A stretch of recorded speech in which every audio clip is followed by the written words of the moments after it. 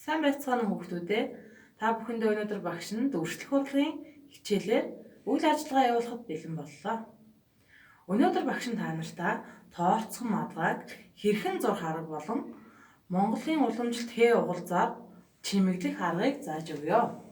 Ингээд бид бүгдд дараах хэрэглэгдэхүүнүүд хэрэг болох нь байна. Үүнд зургийн дэвтэр, эсгээ бал, гуаш, усан будаг, мөн ус, биер, шугам, чихний хөвөн зэрэг нь хэрэг болох нэ. За мөн бүгдээрээ гар бохирдох магадaltaй байдаг тул салбитаг алчуур зэргийг ойрхон бэлтэж аваарай. Ингээд багш нь та нартай тоорцсон малгай зурх аргыг зааж өгье. За дэвтрээ зөв тавиад гарын хоёр тохоо ширээн дээр гүйц тавигдсан байх хэрэгтэй байдаг лээ. Ингээд эсхий балнаасаа багш нь хар өнгийн эсхий балыг сонголоо. Хүүхдүүд та нар өөрийнхөө дуртай өнгийн эсхий балаар сонгож авч тоорцсон малгайгаа зурх боломжтой. Тоорцсон малгайг зурхдаа хагас дуу хэлбэрээр тоорцсон малгайныхаа хэлбэрийг гаргаж ирдэг.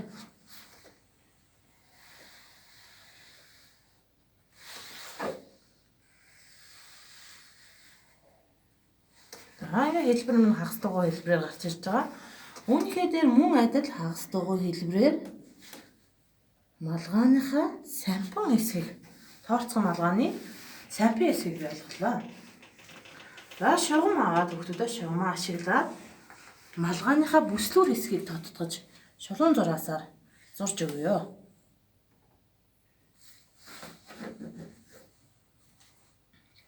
Ингээд хэрэгэлсэн зүйлсээ хүүхдүүдээ буцааж байранд нь хураагаарай.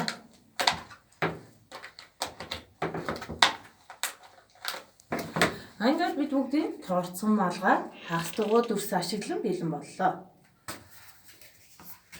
За бүгдээр одоо гуаш сонгох талаар та нартай хэлье. Гуаш бид бүгд өнөөдөр хээ угалз ашиглах болохоор нарийн үзүүртэй биер бид бүгд тохиромжтой. Мөн малгайныхаа дээд сампын хэсгийг будахад бид бүгдэд өргөн биер хэрэг болох юм байна. За эхлээд өргөн биерээ сонгож аваад усандаа игээд гуашныхаа сонголтыг хийе. Багш нь улаан өнгийн гуаш, шар өнгийн гуаш, ногоон өнгийн гуашийг сонгож авлаа. За тэгээд малгайныхаа дээд талын сампын хэсгээ улаан өнгийн гуашчаараа будаж өгөөрэй.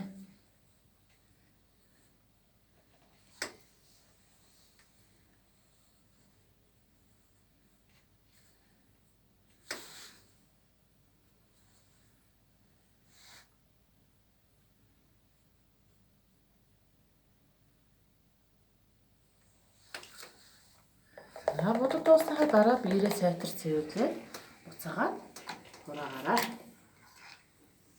За өнөөдөр багш нь та бүгдээ хээ ашиглаж тоорцсон малгай чимэглэх арга зааж өгнө гэсэн бол одоо бүгдээрээ хээтэй танилцъя.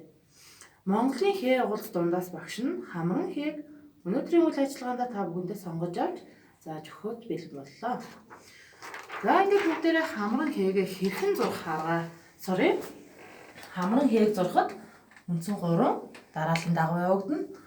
Хамгийн эхэлж хамран хээнийхээ голын нуман хэсэг буюу голын хагас дугуй хэлбэрээ зурж бэлдэж авна. Голын хагас дугуй бэлдсэний дараа баруун талын хагас дугуйгаа зурна. Дараа зүүн талынхаа хагас дугуйг зурна. Ингэснээр бид бүгдийн өнөөдрийн хичээлд ашиглах хамран хээ маань бэлэн болох юм аа. За хүүхдүүдээ бүгдээрээ биерээ аваад хамран хийгээ зурхтаа бэлтцгээе. За багш нь шар өнгийн гуашаад лугаа биерээ дүрээд тоорцсон малгайныхаа гол хэсэгт том хамран хийг зурхад бэлэн боллоо.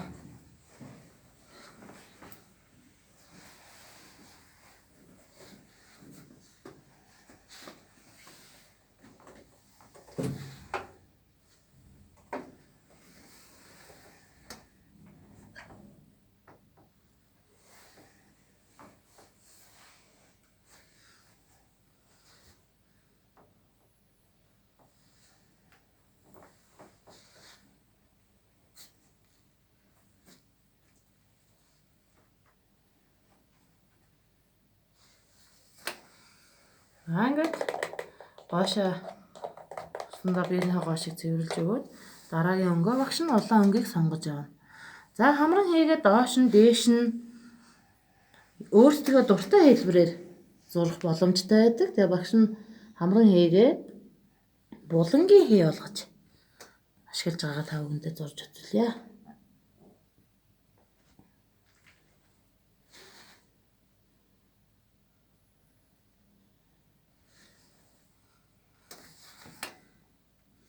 За хамгийн эхэлж голынхоо хагас дугуйг бол хийх ёстойгоо.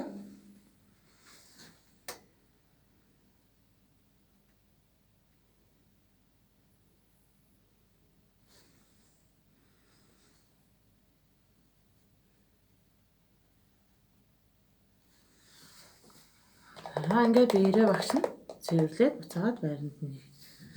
За ингээд хүүхдүүдээ багшийнх нь биерээр хийх хамран хиймээ дууслаа. Одоо бүгдээрээ сонирхолтой байх үүднээс чихний хөвөнгөө ашиглаж хамран хийгээ хөвөнгөө дардсаар хийцгээе. За ингэхдээ хөвөнгөө норгоод гоошлогоо дүрж аваад дардс гэсэн болохоор бүгдээрээ хөвөнгөө авлаа гэх мэтээр дарж хийнэ. Ингээд мэдээж хамран хээнийхээ нэгдүгээр алхам буюу голынхоо хагас дугуйг хийн. Дараа нь хоёр талынхаа хийж өгнө.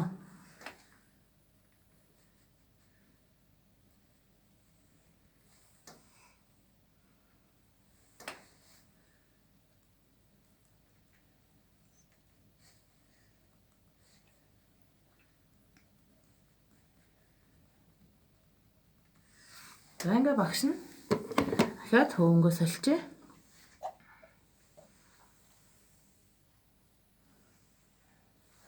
За.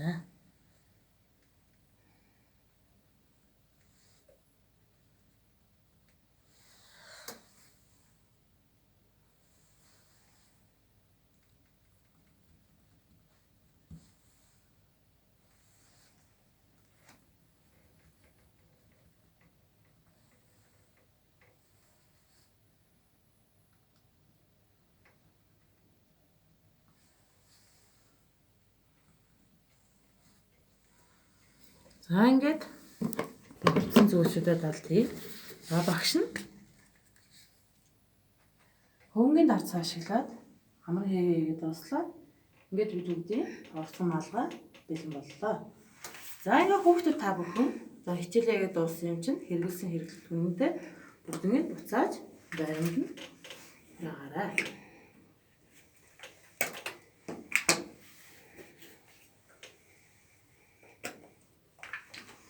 Хичээлдээ идэвхтэй оролцсон хүүхдүүд та бүхэндээ баярлалаа.